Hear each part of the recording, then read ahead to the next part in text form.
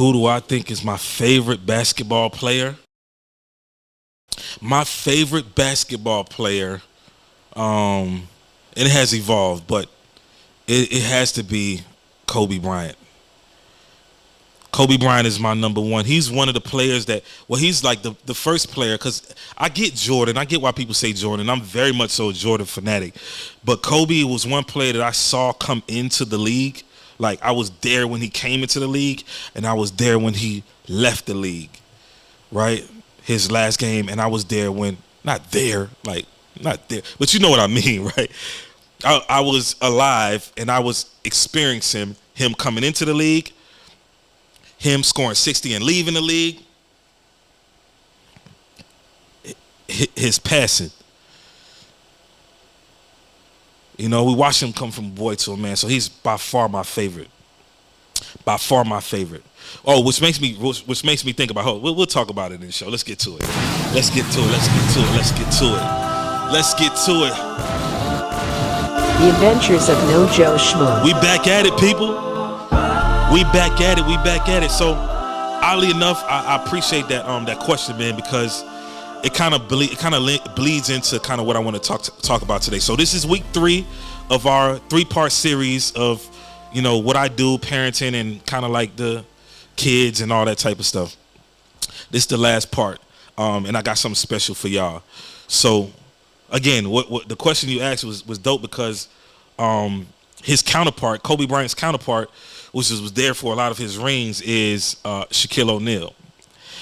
And I had an opportunity to work and be on his show, Shaq Life. I had an opportunity to work with him, meet with him, hang out with him for a couple of days, shop with him in Walmart. Like, watch this. You know what it is. We're here with the big homie. Put him up, Shaq. Yes, sir. Yes, sir.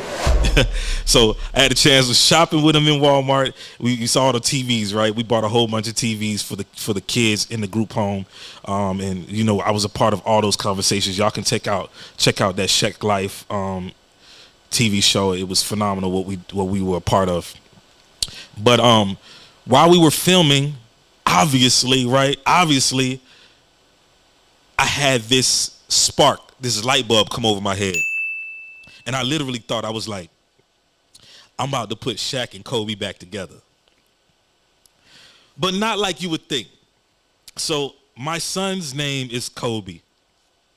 At that point, Kobe was maybe about 3 years old. And my whole thing was like, I'm about to put Shaq and Kobe back together. So I knew I wanted Shaq to meet Kobe and Kobe to meet Shaq, for him to have that to talk about for the rest of his life, right? So I facilitated as a father, I facilitated this moment. So Kobe meets Shaq. Now check this out. Yeah. One last time, sir. I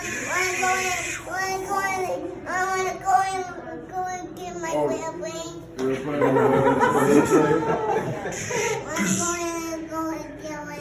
and go get my No, man.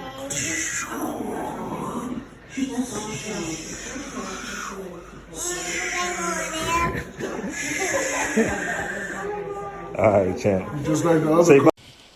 All right, so Kobe beat Shaq, but you probably didn't notice something at the end. At the very end, right, I think as a father, this was the best time in my life and the worst decision-making of a father I have ever made.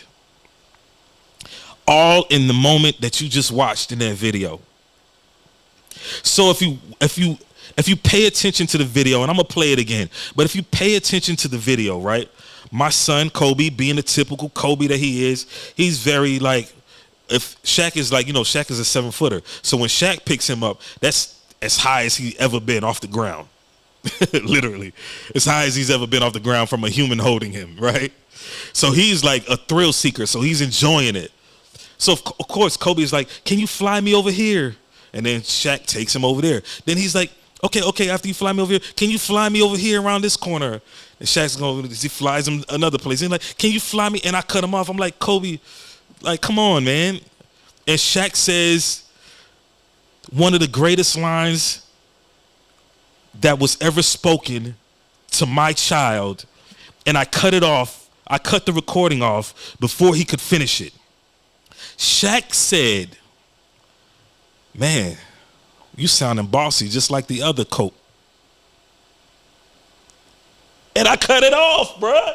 Why did I cut the camera? I could have waited like 60 more seconds and that would have been the most complete. Watch it, right? Watch the video again right here. You'll see what I mean.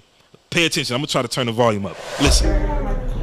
Yeah. One last time, sir. I want to go and get my airplane. I'm going to go in there and go get my No, man.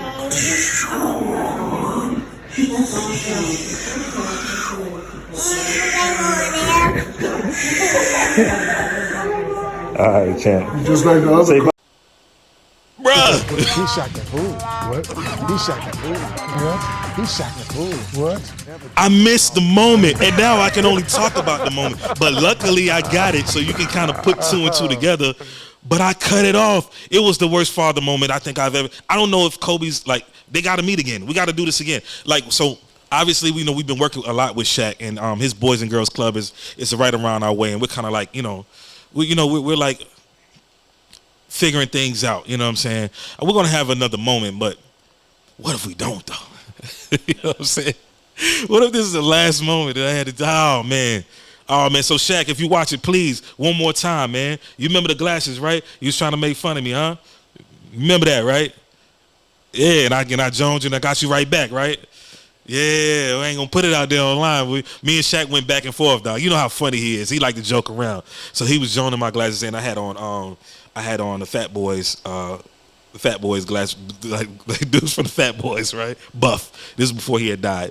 So I clapped back at Shaq. I ain't gonna put it online, but I clapped back at Shaq. Everybody in the room was laughing. But Shaq, one time for Shaq. One time for Shaq. Shout outs to him, man. He's a phenomenal person. I can't say it much more. Like he is the real deal. He is who everybody thinks he is, man. Yeah. The Adventures of No Joe Schmo.